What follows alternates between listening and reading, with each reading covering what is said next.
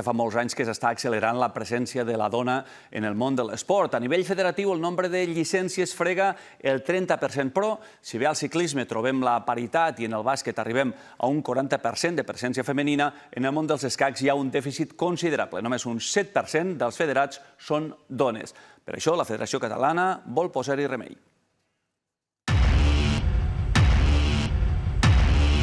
Per incentivar la presència femenina als taulers, la Federació Catalana d'Escacs té en marxa un pla d'igualtat amb accions a diversos nivells. Des de garantir uns espais realment equitatius i d'igualtat per a les dones, des de facilitar l'accés als llocs de governança, és com a molt integral. El que es pretén és créixer en nombre de llicències i que les noies puguin tenir uns espais on desenvolupar la seva carrera escaquística a llarg termini.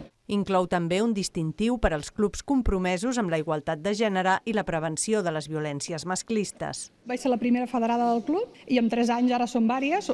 De fet, doblem la mitja catalana de federades, llavors en menys de 3 anys hem fet molta feina. És una situació que hem d'anar revertint entre tots i a poc. I treballen als clubs i també a les aules, on fa més de 10 anys que el programa Escacs a l'Escola aprofita les virtuts pedagògiques del joc i va més enllà. Molts cops la mestra que està fent els escacs a l'aula és una dona, pensem que també és molt bon a nivell de referents, perquè tots aquests nens i nenes ja visualitzaran dones jugant a escacs. Aquí veus que l'interès i la motivació d'ells sorgeix igual amb nens que amb nenes. Tots som iguals i podem fer-ho.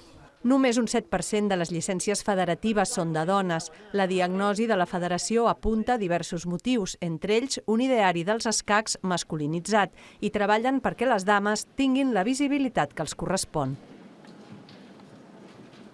També hi ha esports com el voleibol, on hi ha més dones federades que no pas homes, el futbol, que també ha evolucionat moltíssim, o l'atletisme, que s'acosta a la paritat, i en aquest sentit hem de dir que bona prova la tindrem a la Marató de Barcelona, que ja ha superat avui els 30.000 participants.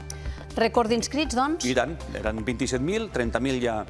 Bé, pel rècord i per l'equiparació també en el món de l'esport.